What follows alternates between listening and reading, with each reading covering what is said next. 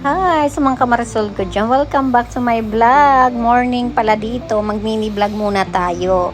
At excited ako sa inyo ipakita ang saod dito. Ang tawag dito ng saod ay farmers market sa kanila.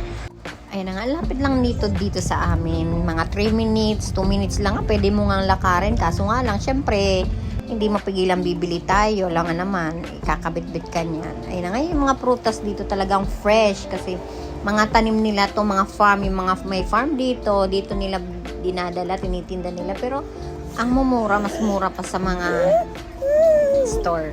Ayan, ang dinayo ko talaga dito ay maple syrup. Nako, yung paborito ni Gage. Masarap talaga yan sa sa pancake. Promise, pag nalasahan nyo yan, talagang perfect. Ayan, dito, mga tinda dito, iba-iba talagang own version nila. Sinasabi nila dito yung mga ingredient requirements talaga. naging resume ingredient, sinasabi nila dito mga ingredient kung ano ba, kung sensitive ang skin mo, nag-i-inarte ka, di mag-left the group ka, wag kang bumili.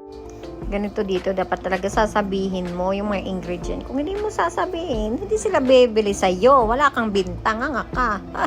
Hindi katulad sa atin, tataguin pa yung ingredient. Bakit tatanungin mo? Baka gumaya ka. Upintensyahin mo ang company. Company talaga, ang laki, no? Ganito, para mabentang ka dito, automatic lahat yan, yung mga ingredient na yan, lahat yan, di pwedeng wala. Grabe, na enjoy ko talaga mag-umikot dito kasi first time ko talaga mamamanga sa mga prutas, ang fresh, parang kami lang. Char. Ayan na. Pero naghahanap talaga ako ng pretties dyan. Ayan na yan, hindi ko na syempre papalalagpasin yung maple syrup na talagang dinayo ko dito. May kaka-price lang naman siya, $30. Pero malaki na. Naku, panghabang buhay mo na yung gagamitin. Habang buhay na naman tayo dyan. Ayan, bumili din ako ng banana with lots of peanut daw yan. In-explain sa akin ng matanda na kung anong mga ingredient. Ako, sabi ko, huwag mo na-explain, nanay. Diyos ko, kahit anong ingredient pa yan, hindi sensitive ang aking skin. Mukhang maganda lang talaga ang aking skin, pero hindi naman. Char!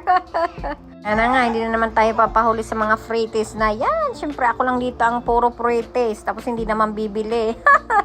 Pero tuwang-tuwa sila pag sinabigan, oh my God, so delicious. Siya, kahit hindi ka bibili, basta pinuri mo lang. Okay na yan sa kanila.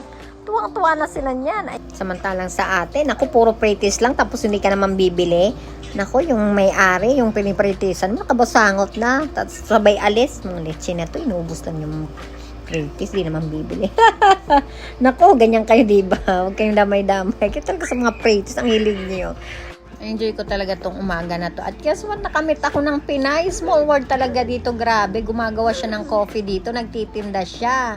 At iyan daw yung masarap sa kanila, yung cafe latte caramel. Naku, na-miss ko tong pang-Starbucks pala, pang-Starbucks. Lalo na Pinay ang gumawa.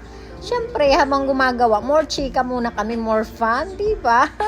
Hindi ka Pinay kung wala kang chika bago alis.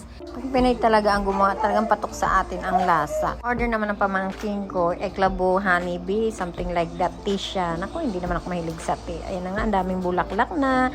Ikot naman kami, katapos na ng chika. Ayan, mga vegetable. Ang dami talaga iba-iba dito. Ayan, mga sauce yan, hot and spicy. Pero kung wala ka naman pera, ang daming makikita mo dito. Talagang nakakatuwa. Siyempre, tingin-tingin din, makikita mo kung ano ba talaga ang farmers market sa kanila. Explore din para malaman mo din, di ba? Yung mga kultura nilang American culture nila. Iba-iba din naman talaga dito. Ang dami. Talagang matutuwa ka. Ayan, magugulat ka. Ang lalaki dito ng pakwan. Kasing laki ng pakwan nyo. Ayan na nga, patapos na rin kami.